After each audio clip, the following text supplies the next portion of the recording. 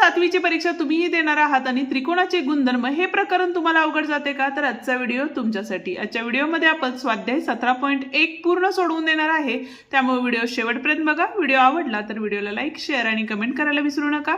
त्याचप्रमाणे जर चॅनलवर नवीन आणि पहिल्यांदाच असाल तर चॅनलला नक्की सबस्क्राइब करून बेल आयकॉन ही दाबा। तर मग बघूया पहिला प्रश्न काय आहे। काय सांगितलेलं आहे बघा, पुढील पर्यायात त्रिकोणासाठी 3 बाजूंची मापे दिली आहेत, त्यावरून कोणत्या पर्यायातील मापावरून त्रिकोण रचना होणार नाही असं आपल्याला विचारलेलं आहे। ठीक आहे, आता या ठिकाणी आपले पर्याय दिलेले आहेत। इथं बघा 5.5 सेमी, 4 सेमी आणि 7 सेमी दिलेले आहेत। आता जे छोटी माप आहे त्या दोघांची जर बेरीज केली तर इथं बघा 5.5 अधिक 4 केले तर इथे किती आले, 9.5 आले। 9.5 हे काय आहे, 7 पेक्षा मोठे आहे, त्यामुळे याच्यावरून त्रिकोण रचना करता येणार आहे। त्याच पद्धतीने बघा इथं 3.7 आणि 5.2 आहे, दोघांची बेरीज केली इथं आले 8.9 आणि 8.9 मोठ्या बाजू कुठली आहे, 7.2 पेक्षा मोठे आलेले आहे, त्यामुळे याच्यापासूनही त्रिकोण रचना करता येणार आहे। ठीक आहे, आता तिसऱ्या प्रश्नामध्ये बघा 4.2, 3.4 आणि 8.5 दिलेले आहे। छोट्या दोन बाजूंची बेरीज केली तर इथं बघा 4.2 आणि 3.4 इथं आले 6, इथं आले 7, बरोबर आहे।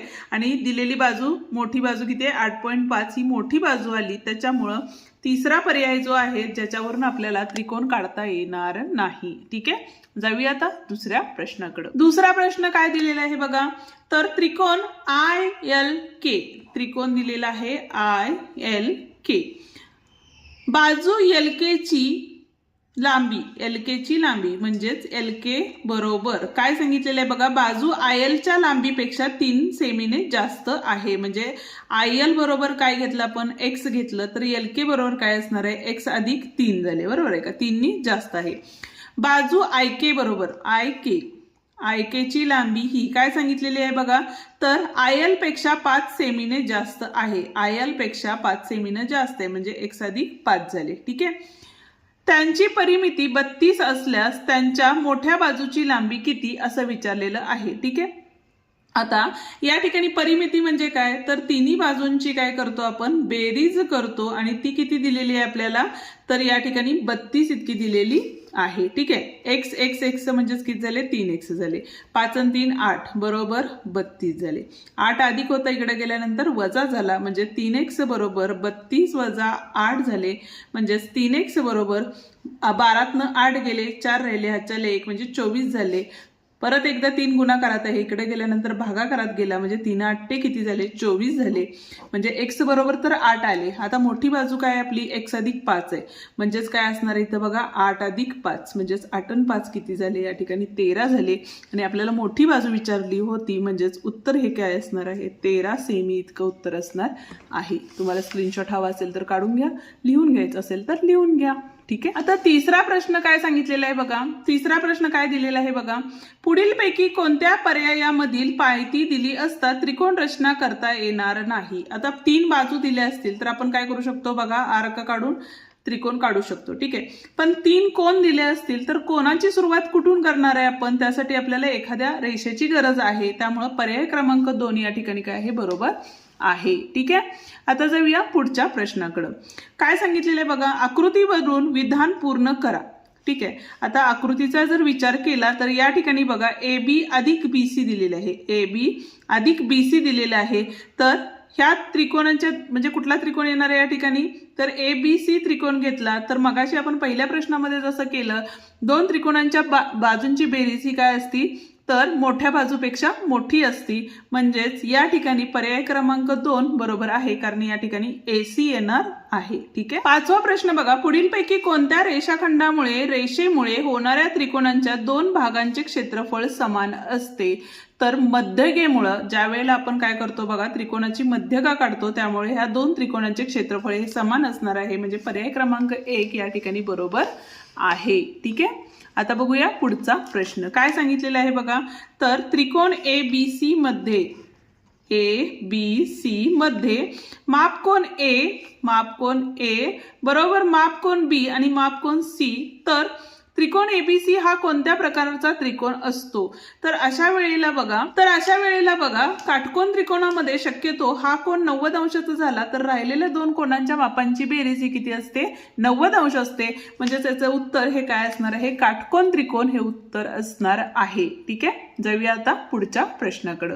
पण त्याआधी अजूनही व्हिडिओला लाईक केलं नसेल तर व्हिडिओला लाईक करा आणि हाईप देऊन तुमच्या मित्रांनाही आपले व्हिडिओ नक्की शेअर करा. आता पुढचा प्रश्न काय सांगितलेला आहे बघा. तर त्रिकोण रचना करण्यासाठी त्रिकोणाच्या घटकांपैकी कमीत कमी डॅश विशिष्ट घटक माहिती असणे आवश्यक आहे.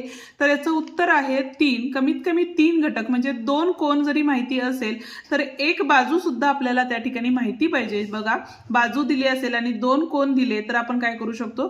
दुसऱ्या 2 बाजू काढू शकतो. त्यामुळे आपल्याला कमीत कमी 3 घटक माहिती असणं आवश्यक आहेत. ठीक आहे, 3 बाजू, 2 कोन, 1 बाजू, अशा पद्धतीनं 3 घटक माहिती असणे आवश्यक आहे. ठीक आहे, 8वा प्रश्न बघतोय. काय सांगितलंय बघा. तर सोबतच्या आकृतीबाबत सत्य विधान कोणते? आता पहिल्या ह्याच्यात बघितलं तर बाह्य कोन किती आहेत बघा? 1 2 3 4 5 6 बरोबर आहे. रेषेत कोनातील जोड्या किती आहेत बघा? एकाच ह्याला किती आहेत? 1 2 3 आणि 4 आहेत म्हणजे 4 त्रिकम 12 झाल्या. हे पण बरोबर आहे. विरुद्ध कोणांच्या जोड्या? 1 2, एका ह्याला 2 म्हणजे इथं 4 आणि 6 म्हणजेच पहिलाच पर्याय या ठिकाणी काय आहे? बरोबर आहे. ओके, 9वा प्रश्न काय सांगितले बघा. सोबतच्या आकृतीत कोन QPR बरोबर 70 दिलेला आहे. ठीक आहे, आपण इथं आकृती काढून घेऊया म्हणजे आपल्याला सोडवायला सोपं जाईल. तर QPR दिलेला आहे. QPR किती दिलेले आहे? हा कोन आपल्याला 70 अंश दिलेला आहे. ठीक आहे, QX व RX अनुक्रमे Q व R चे कोन दुभाजक आहेत. ठीक आहे, हे काय आहेत? आपले कोन दुभाजक आहेत. ठीक आहे, तर माप कोन QXR म्हणजेच कुठला बघा? QXR हा कोन आपल्याला या ठिकाणी काढायचा आहे. पण त्याआधी बघा या 2 कोनांची हे 2 कोन काढून घ्यावे लागतील आपल्याला. बरोबर, तर या ठिकाणी आपण काय करू शकतो बघा. तर कोन P अधिक कोन Q अधिक कोन R बरोबर किती असतं? 180 अंश असतं. कोन P माहिती आपल्याला जो की 70 अंश दिलेला आहे अधिक कोन Q अधिक कोन R बरोबर 180. हा 70 इकडे गेल्यानंतर काय होणार आहे? तर वजा होणार आहे म्हणजे 180 वजा 70 अंश झाले म्हणजेच या ठिकाणी बघा 0 1 110 झाले. बरोबर आहे. पण आता हे 2 कोन काय आहेत? कोन दुभाजक असल्यामुळे इथला कोन जेवढा आहे तेवढाच इथला कोन असणार आहे. त्यामुळे आपण काय केलं? कोन Q अधिक कोन R आहे त्याला भागिले काय केलं? प्रत्येकी 2नी भाग घालवला तर इथे 110 भागिले किती आले? आपले 2 आले. बरोबर आहे. म्हणजेच कोन Q अधिक कोन R इथे 1/2 1/2 बरोबर इथे किती आले बघा? 2×5 आणि 2×10 आले. ठीक आहे, आता 1/2Q म्हणजेच कुठला कोन आला बघा? इथं कोन XQR आला. बरोबर आहे. म्हणजेच कोन कुठला येणार इथं? XQR आतला आलेला आहे. XQR अधिक कोन काय असणार आहे? XRQ बरोबर 55 अंश. ठीक आहे, आता त्रिकोणाच्या तिन्ही कोणांच्या मापांची बेरीज किती असते? 180 असते. म्हणून आपण या ठिकाणी असं घेऊ शकतो 180 बरोबर कोन XQR अधिक कोन XRQ अधिक कुठला आपल्याला काढायचा आहे आपल्याला?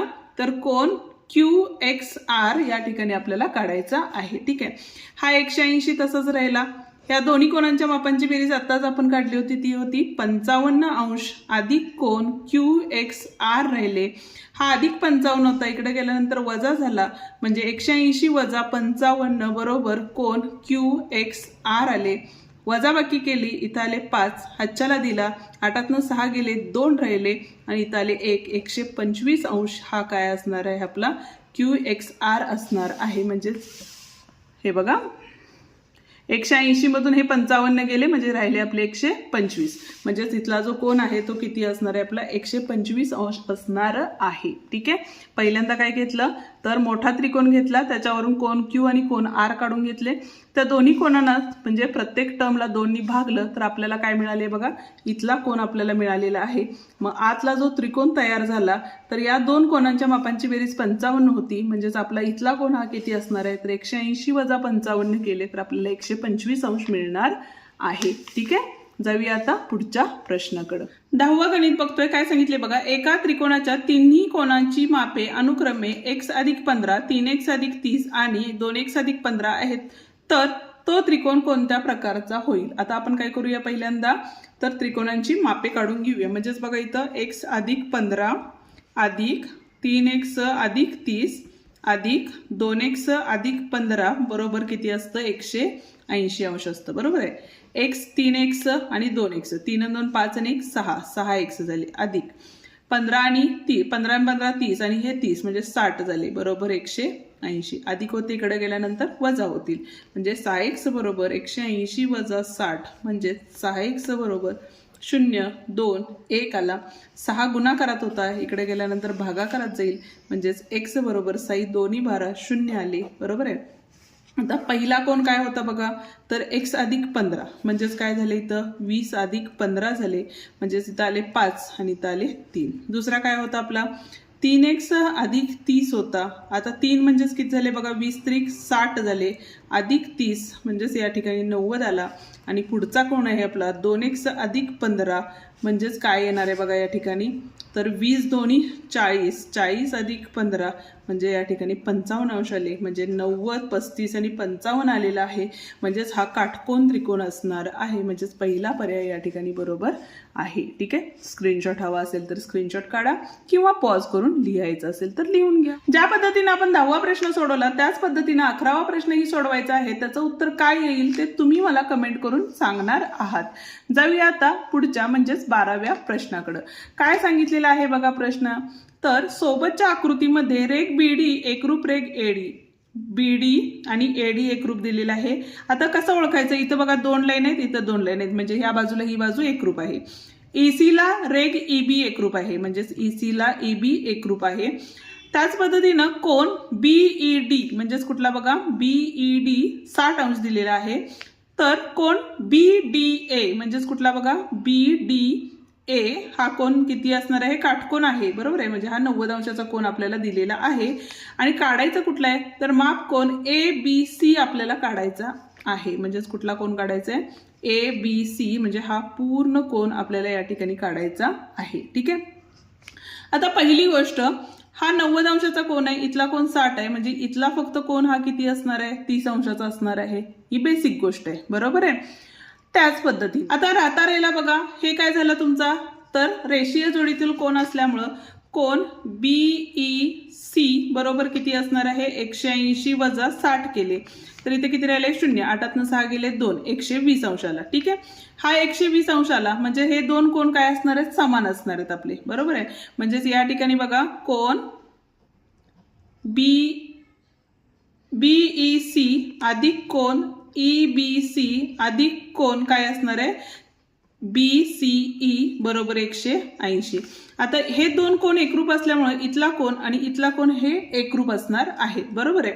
म्हणजेच इथे आपण x अधिक x घेऊ शकतो आणि इथला बीईसी किती आलेला आहे आपला 120 आलेला आहे. बरोबर 180 आले. म्हणजेच 2x बरोबर 180 वजा 120 म्हणजेच या ठिकाणी किती आले बघा 0 आणि 6 60 आले.